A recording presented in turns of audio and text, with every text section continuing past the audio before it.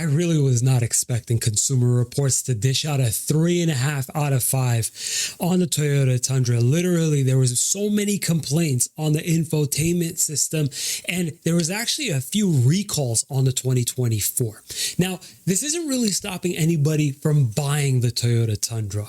Most of us in the industry know that the Toyota Tundra has an 80% residual at 3 years. That means it's only losing about 20% of its value, about a 75% residual at 5 years, and about a 60% residual at 7. Right now, the F-150 and the Silverado 1500 both have around 60 to 70,000 units. The Ram 1500 has about 40,000, the Sierra about 27,000, and the Tundra with about 15,000. So the Capstone, the Limited, and the SR5 are going to see roughly about 5,000 units each, and this is total inventory in the United States. Now, we do have some Platinums and some 1794s, but the bulk of the inventory is going to be on those top 3 trims. Curious which one you've got picked out for yourself? Let me know in the comments section. Me personally, I've got an SR5 CrewMax 4x4 picked out. Mine has an MSRP of $52,734. I use IC Cars and Edmunds to try and figure out the invoice price, and it looks like about 7.5% is the markup between invoice price to MSRP. I'm not telling you to go after invoice, but if you can,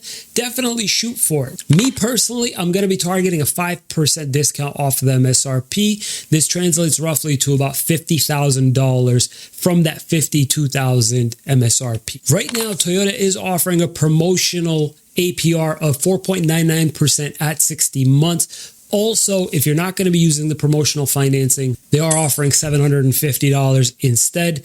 Realistically, you probably want to stick with the 4.99 because interest rates are through the roof right now. Current Toyota customers would qualify for a $1,000 rebate applied for their next lease. This isn't available, however, if you're going to be purchasing. Now, the lease program isn't absolutely terrible. Not too bad, to be honest. 69% residual at 36 months for 12,000 miles a year, but a really high 0.00265 money factor. Could have been higher, to be honest, but it's still pretty high in my book. Now, plugging this all into the lease calculator, assuming that we're getting a 5% discount, assuming we're paying our inception fees due at start, and assuming that you've hit like and subscribe, we'd be talking about $648 a month.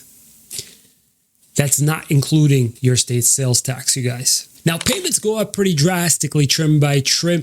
On the Limited, you could probably expect somewhere around $750. On a Capstone, almost $1,100. Honestly, I really do hope that you get a 5% discount so that you can drill down some of these payments. Crossing over the 1,000 barrier on a Toyota Tundra, not worth it. I am, however, giving this a C rating. The reason why is because it's got a stupid high residual, and the money factor is still consistent with what they were charging years ago. The 5-year resale value sits just under $40,000. However, that's retail. If you're going to be trading it in, you should probably go for about 80% of the retail value, which translates to a trade-in value of about $31,640. Just a heads up, you guys, in the description below, you'll also be able to find a text summary of this whole negotiation guide, as well as a ton of other tools to help you while you're shopping for Toyota Tundras or any other car. So believe it or not, we don't have too many used